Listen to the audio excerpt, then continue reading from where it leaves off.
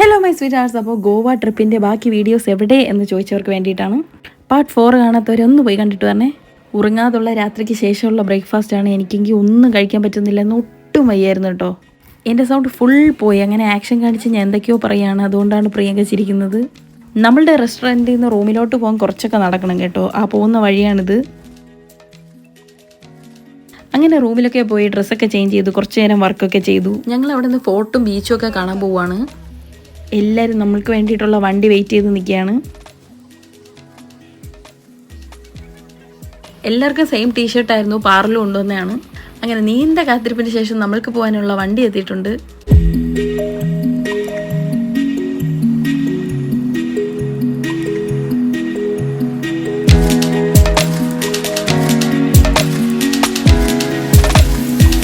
നമ്മൾ സ്റ്റേ ചെയ്ത സ്ഥലത്ത് നിന്ന് ഏകദേശം 4 hours ട്രാവലുണ്ട് ഫോർട്ടിലേക്ക്.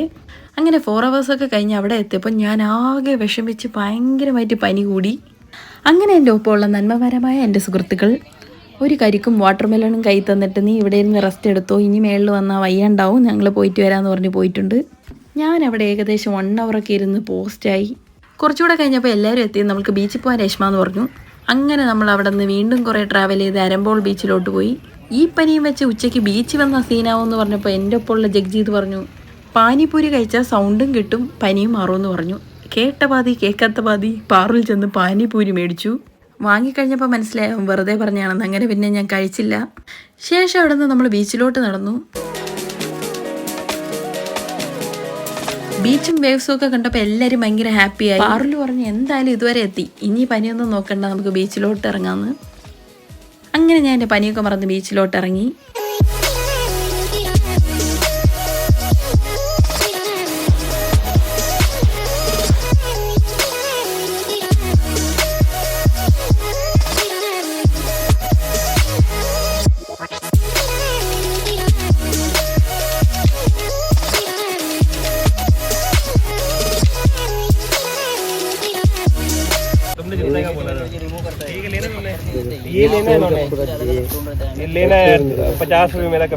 ബീച്ചിലൊക്കെ കളിച്ച് തളർന്ന് അവിടെ ഇരുന്നപ്പോൾ ഒരു ചേട്ടൻ മാലയൊക്കെ കൊണ്ടുവന്നു. ഞാൻ അതിൽ നിന്ന് 1-2 മാലയൊക്കെ മേടിച്ചു കേട്ടോ. ജഗ്ജീത് ബാർഗെയിൻ ചെയ്ത് മേടിപ്പിച്ചു എന്ന് പറയാം.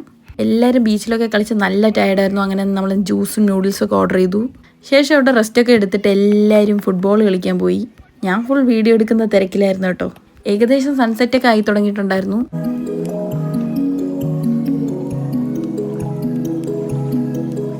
പ്രിയങ്ക ഋതിക അവിടെ ഫുഡൊക്കെ കഴിച്ച് റിലാക്സ് ചെയ്തിരിക്കുകയാണ്. അങ്ങനെ നമ്മളുടെ നീണ്ട സംസാരവും യാത്രയും കളിയും ചിരിയും എല്ലാം കഴിഞ്ഞ് നമ്മൾ പതുക്കെ മടങ്ങി.